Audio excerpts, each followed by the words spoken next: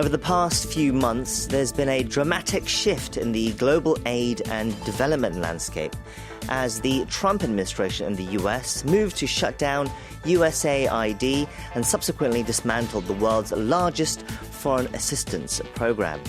Meanwhile, South Korea now has a new president, President Jae-myung, who made his international debut at the G7 summit in Canada recently, but he has yet to outline his approach when it comes to foreign assistance and aid. And so to explore this situation further, we have joining us today the director of UNICEF's Public Partnerships Division, Mandeep O'Brien. We want to talk to her about the global challenges that UN organizations, especially UNICEF, face, as well as what role South Korea can play in these times. She joins us now in the studio. Ms. O'Brien, hello, and thank you for joining us today. Thank you for having me. Yes, it's a pleasure and an honour to have you with us on the show. Can you first briefly introduce yourself to our listeners and your role at UNICEF and what brings you to South Korea? Well, this is my first visit to South Korea, and it's a pleasure to be here. I am here primarily to engage with the government officials, to acknowledge with deep appreciation the wonderful support that the Republic of Korea and the people of Korea, their generosity and solidarity with children across the globe. It is also an opportunity against the backdrop of everything that's happening in the world today that you mentioned already in your framing, but the fact that multilateralism itself is shrinking. And there is a massive global funding crisis. We are deeply worried about children. And amidst this, these shifts that are happening in the external environment, the Republic of Korea is very well placed. It has a strong voice in multilateralism, and we are counting on the continued support of the government to the cause of children. In fact, the fact that Korean government has continued to support the official development assistance, which is the international funding that comes to UN agencies such as ours, is a testimony to the fact that Korea is staying the course. Right, so you've come at an important time at the moment for Korea and also for organisations like yourself, and you've been busy reaching out, as you said, to government officials. How have the meetings been so far? Can you tell us maybe some of the highlights so far? What's the mood been like when you've been meeting with officials here? I think overall it's a lot of warm welcome to Korea, and it's a very strong, long, steadfast partnership that UNICEF has had with Korea over decades. And it's a moment to acknowledge this. I have met with officials from the Ministry of Foreign Affairs, which is our key partner in our work for children. The Ministry of Foreign Affairs, of course, provides us assistance to deliver results for children, particularly in the area of life-saving services, children that are caught in crisis and conflicts across the world. So we've taken stock of the progress and what are the opportunities going forward. I also had a chance to have a meeting with the Vice President of KOICA, which is the Development Cooperation arm of the government. And again, we have an exciting partnership around climate resilience. This is across 5 countries in Asia and Africa continents. It's about how do we deliver more climate resilient social services for children. Come to think of it, if we look at the world today, 250 million kids have interrupted learning because of the extreme shocks of weather. And more than 1 billion children on this planet are facing the consequences of climate change. I have also met with, or rather I'll be meeting with members of parliament in the National Assembly later this afternoon, and I'm very much looking forward to that engagement. We have the Korean Parliamentary Friends of UNICEF. They are really strong advocates and champions for children. I want to thank them as well as ask them for their continued support to the cause of children. And then later we will also be meeting with the Korean National Committee, which is a key arm of UNICEF here in South Korea, which is our main fundraising vehicle with the private sector and with the general public. Well, it sounds like you have a very busy schedule indeed while you're here. Now, as I've said a couple of times already, this visit comes at a time when NGOs and multilateral organisations like UN agencies and UNICEF are facing a lot of challenges. Can you tell us about the current situation? Would you say it is a crisis at the moment? Well, it's absolutely a crisis. In fact, the global funding crisis is a children's crisis at this time. But let me just say a couple of things. First is, if we look back at 2024, this 2024 was the toughest year on record for children all over the world because of multiple conflicts and crises, including climate crisis and everything else.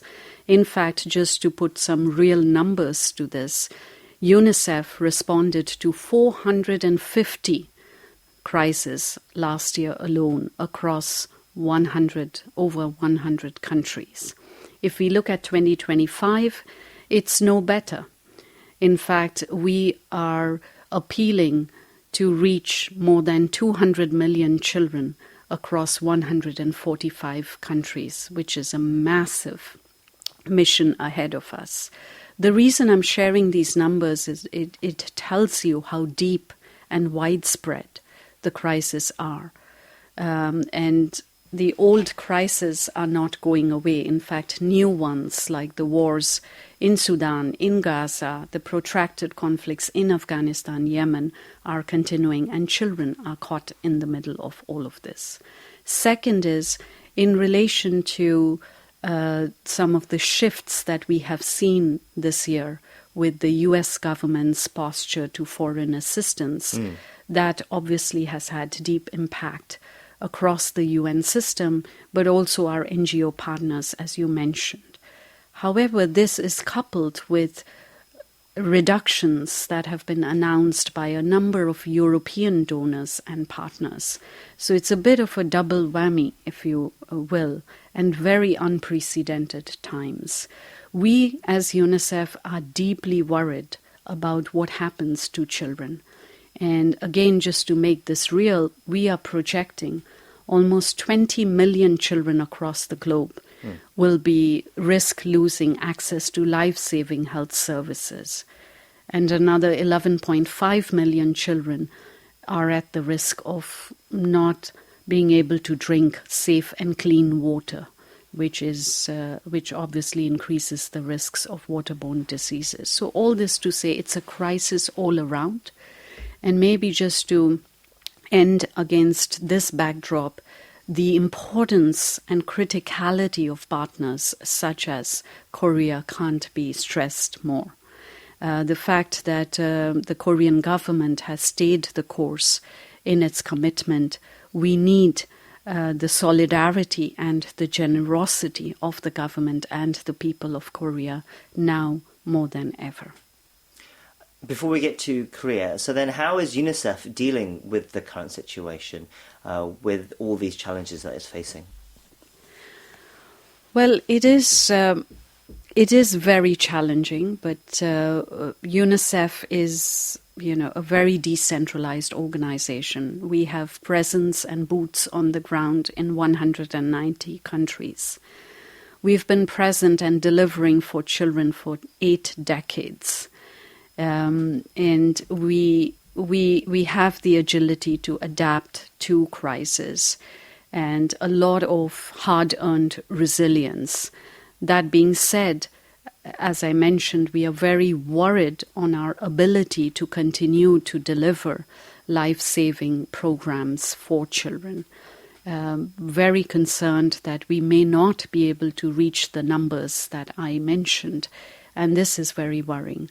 Secondly is in UNICEF, we are going through an internal reflection and action-oriented exercise for some internal reforms to see how we can repivot ourselves for the future so that we remain fit to deliver for children, and a future that is on which children depend. So we are having those reflections, and we will be moving very swiftly in terms of seeing how we can deliver more with less, how we can become more efficient, save costs, ramp up our savings. But ultimately, we're doing everything in our power and everything we can to protect our frontline teams in these 190 countries and our country programs for children. Okay, so let's talk about a bit more the role that South Korea can play. You're here at a time when there is a new administration is in town, so there is the potential that could bring changes. The past Yoon Suk-yeol administration supported foreign and developmental aid quite a lot, so that was that was something quite notable about his foreign policy. So tell us more about what role you see South Korea playing in these times when there is a vacancy, essentially, in some leadership and funding gap left by changing ODA priorities and some traditional OECD and other donors. Well, a couple of points. The first is South Korea has been a champion on what we call ODA, that is the official development assistance to the international community.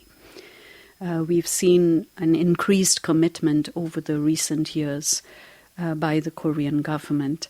And this year, in 2025, the government has increased its commitment by 4%, which is hugely commendable at this time. For agencies like ours and partners who work for children, this means a huge deal. And second is the criticality of Korea and Korea's voice in the multilateral space, and what it does both bilaterally and multilaterally across the development sector, but also in the humanitarian side, is significant, and it is huge value to the cause of children and other vulnerable communities across the world. I would say Korea is leading by example. I'm very hopeful and counting on the support of the new administration to continue staying the course, and I'm quite confident that Korea will stay the course for children. Maybe just to conclude, to say that as UNICEF, we benefit from development support from the Korean government and also support for life-saving work. Just to make this real, for example, recently we are landing a humanitarian partnership, and this partnership is going to enable us to reach millions of children across Ethiopia, Myanmar, Gaza, as well as Syria. Again, huge crisis and deeply underfunded crisis. So saving so many innocent lives will go a long way to the credibility as well as the current role that Korea plays in this space. Global health is another example where Korea has been a very strategic ally and partner with us, particularly when it comes to delivering health services in public health emergencies through COVID, but also after COVID. And we are discussing some exciting prospects of offering hands-on support in 10 countries across sub-Saharan Africa and Asia. So again, there's a lot of potential, right, and a lot of opportunity. A lot of potential, a lot of opportunities. Is there something particular from Korea that you are hoping more, that you're hoping to see more of from your experience? What areas does Korea show that it can do more? Is it more about funding, or is it more about, as you said, cooperation with hands-on experience, or is it about taking leadership, do you think, for Korea moving forward now? I think it's all of the three, because Korea has walked the talk on all three fronts.